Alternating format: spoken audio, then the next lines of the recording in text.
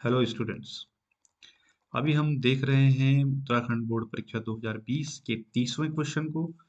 Question है sir, संरचना पर आधारित प्रश्न कि किसी यौगिक का अणुसूत्र कैसे निकालें, उसकी संरचना कैसे निकालें और कैसे पता करें कि वो यौगिक कैसा है।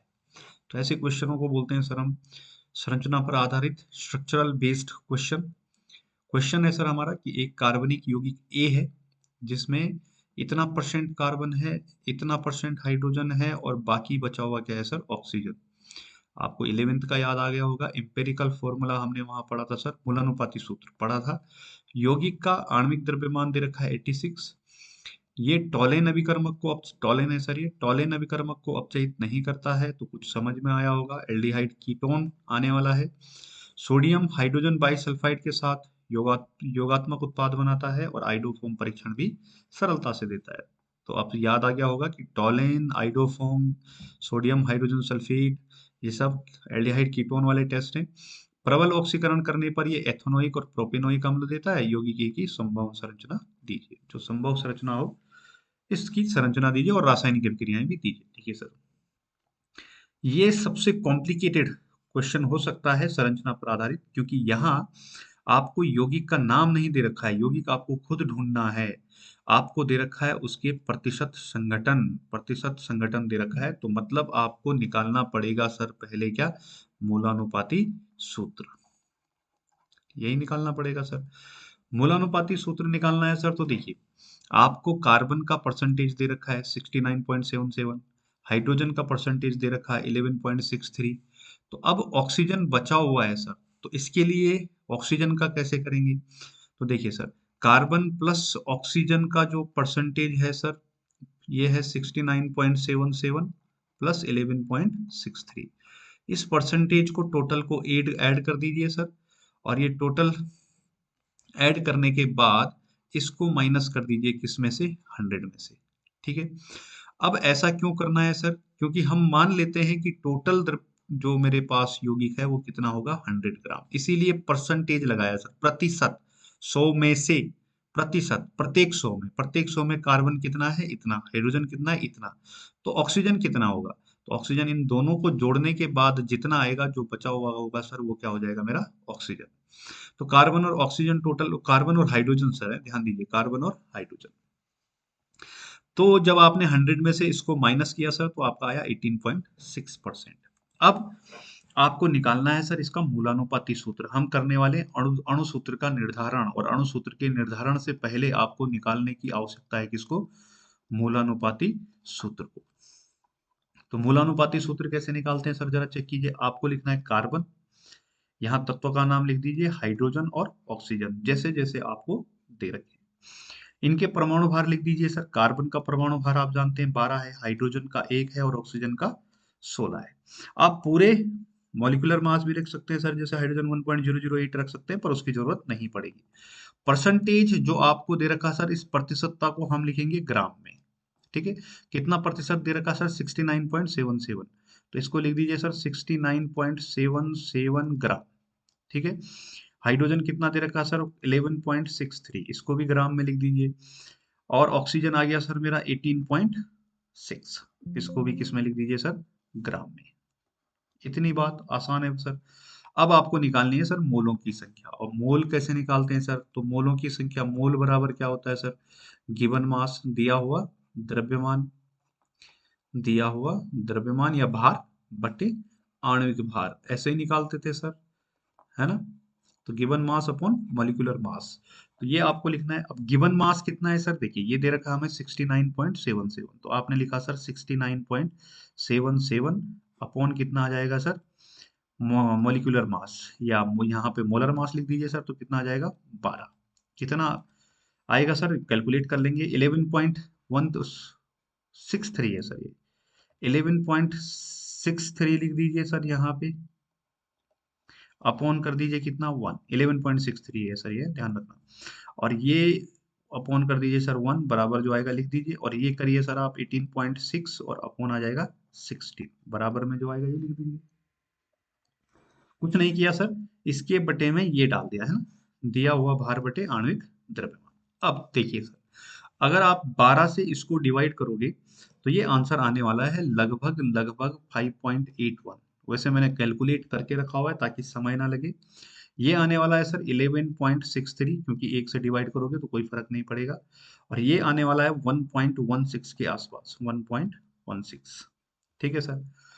अब सरलतम मोल अनुपात कैसे निकालते हैं सर? तो जो सबसे छोटा नंबर आपका आया है मोलों में, जो सबसे छोटा नंबर है, इससे डिवाइड कर देते हैं सर सबको। तो हम डिवाइड करेंगे सर 5.81 को, किससे डिवाइड करना है? 1.16 से, क्योंकि यही सबसे छोटा नंबर है। और ये डिवाइड करोगे सर तो ये आंसर आ जाएगा आपका 5। ठीक है। 11.63, 63 को डिवाइड करोगे सर आप 1.16 से, तो ये आएगा सर लगभग 10.02 के आसपास। इतना कैलकुलेट करके रखा हुआ सर मैंने। और अगर 1.16 को डिवाइड करोगे सर 1.16 से, तो ये आने वाला है 1। अब जो ये नंबर आपको मिले सर 5, 10.02, 1, ठीक है, इसको हमने सर पूर्णांक, पूर्णांक में लिखना है, पूर्णांक के रूप में। तो 5 तो पूरा है सर, तो 5 ही लिखिए। 10.02 को हम क्या करेंगे सर? 10 कर देंगे। राउंड ऑफ करना है सर। एक को क्या लिख देंगे? 1। अगर सर ये आता, ये एक अगर इस तरीके से आ जाता 1.5, तो ऐसे केस में इसको पूर्णांक में बदलने के लिए हमें मल्टीप्लाई करना पड़ता है। तो 2 से मल्टीप्लाई करने पर कितना आ जाएगा? 3। तो ये 5 भी 2 से मल्टीप्लाई होगा, 10 भी होगा, तो सारे के सारे से मल्टीप्लाई करना होता है। अगर ऐसी आवश्यकता हो तो समझ लीजिएगा। ठीक है। तो हमें कुल मिला के इसको कैसा लिखना है? पूर्णांक के रूप में। तो ये आपको मिल गया सर। ये मिलने के बाद आपको क्या करना है सर? देखिए, मूलानुपाती सूत्र आपको मिल गया है। तो मूलानुपाती सूत्र आपका क्या है सर? जरा चेक कीजिए। मूलानुपाती सूत्र में कार्बन आपको कितना मिला है? 5। सी कितना मिला है सर आपको? 5। हाइड्रोजन कितना मिला है सर आपको? 10। और ऑक्सीजन कितना मिला है सर? 1। अब आपको मूलानुपाती सूत्र मिल गया है, तो अणु सूत्र के लिए सर आपको पहले निकालना पड़ेगा मूलानुपाती सूत्र भार। क्या निकालना पड़ेगा सर? मूलानुपाती सूत्र भार। और मूलानुपाती सूत्र भार कितना आएगा सर? जरा चेक कीजिए। कार्बन कितना है? 5। तो ये हो जाएगा सर 12 गुणा गया 5। हाइड्रोजन कितना है सर मेरा? 10। तो ये हो जाएगा सर 1 × 10। ध्यान रखना, जो मोलर मास आपने यहाँ रखा है वही मोलर मास आपको यहाँ रखना है। और ऑक्सीजन कितना हो जाएगा सर मेरा? 16। टोटल अगर कैलकुलेशन करोगे सर तो 12 पंजे हो जाएगा 60, और 10 70, और 16 86, 86। ठीक है सर। अब आपको कैलकुलेट करना पड़ता है सर एन। तो एन क्या होता है सर मेरा? यौगिक का आणविक द्रव्यमान है, मोलर मास जो आपको दे रखा है। आणविक द्रव्यमान बटे आ जाएगा सर मेरा क्या? मोलानुपाती सूत्र भार।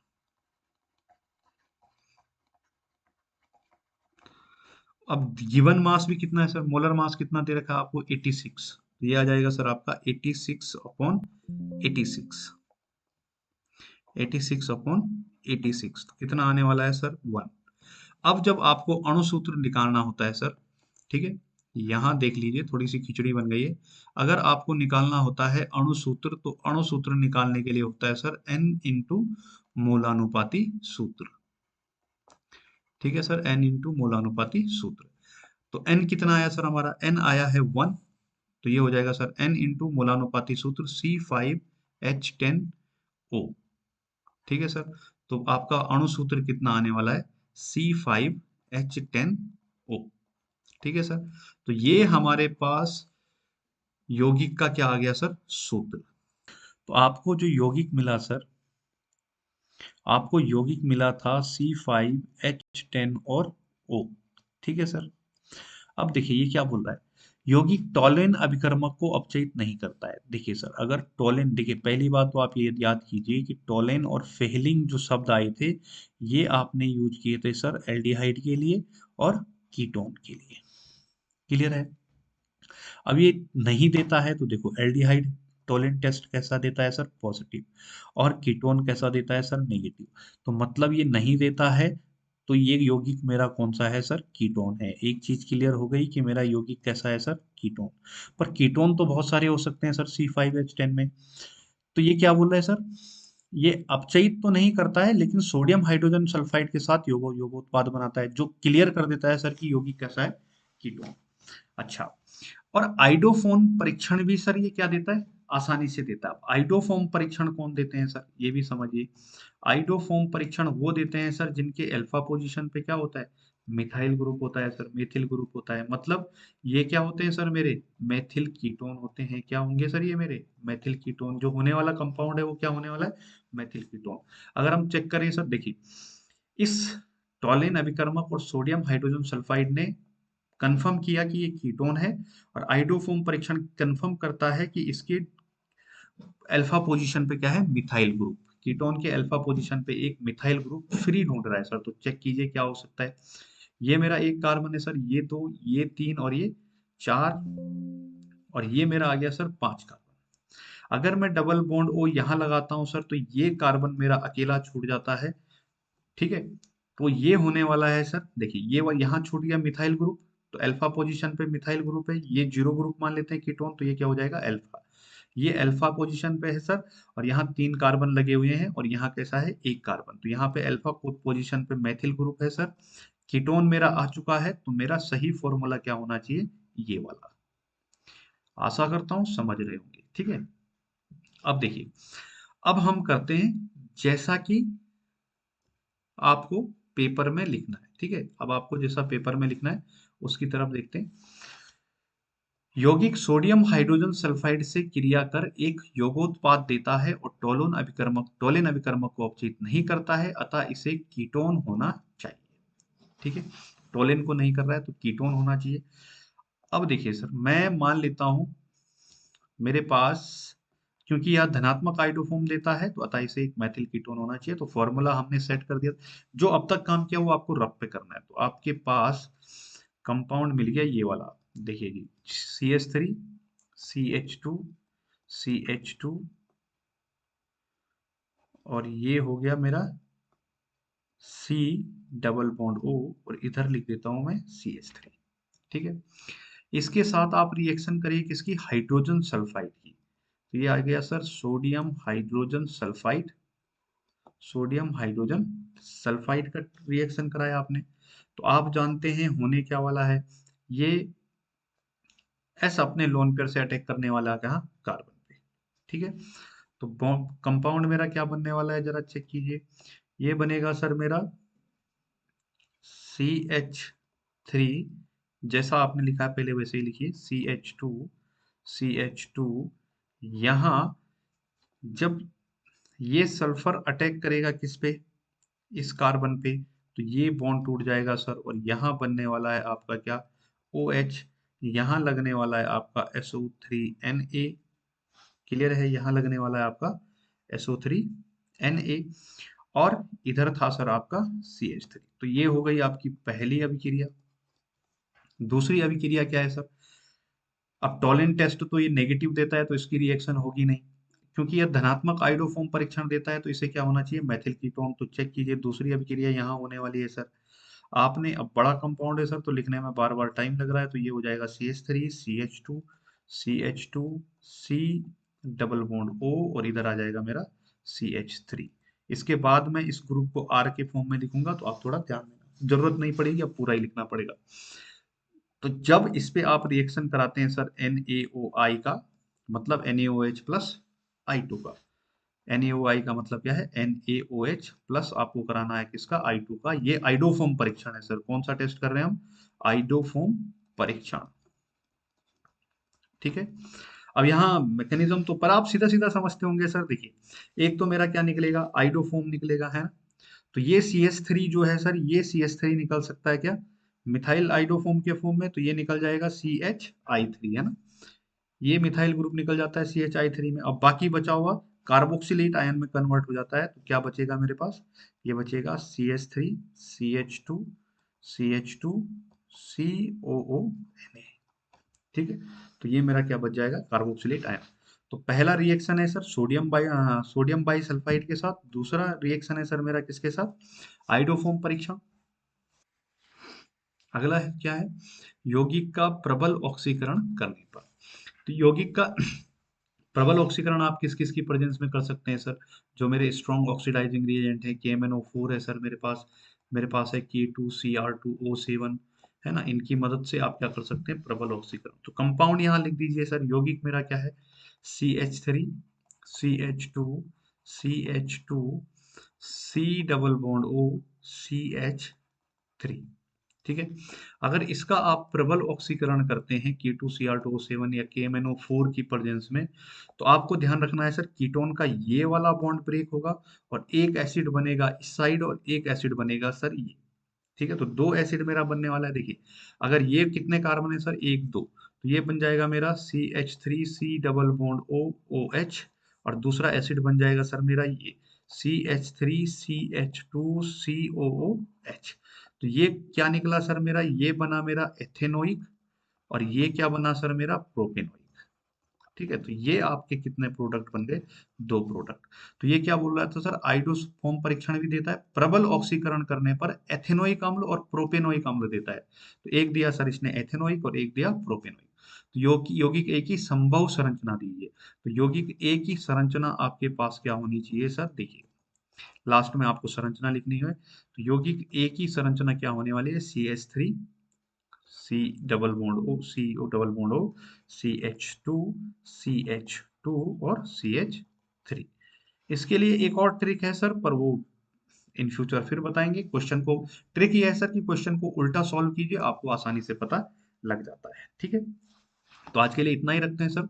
अगर आप चाहते हैं कि इनके मैकेनिज्म आपको पता लगे कैसे कैसे क्या बने, तो इसके लिए पहले तो सीधी बात है सर, आप एनसीईआरटी पे देख लीजिएगा, एनसीईआरटी पे इनकी मैकेनिज्म आपको मिल जाएगी। लेकिन फिर भी समझ में नहीं आता है तो बस फिर से वही बात है, आपको करनी होगी सर कमेंट, कमेंट के साथ साथ लाइक तो कर दीजिएगा, जरूर कीजिएगा, और सब्सक्राइब भी कर लीजिएगा साथ साथ। और जो 12th हिंदी मीडियम से पढ़ने वाले बच्चे हैं, उनको जरूर शेयर कीजिएगा। तो मिलते हैं सर अगले वीडियो में, तब तक के लिए सी यू।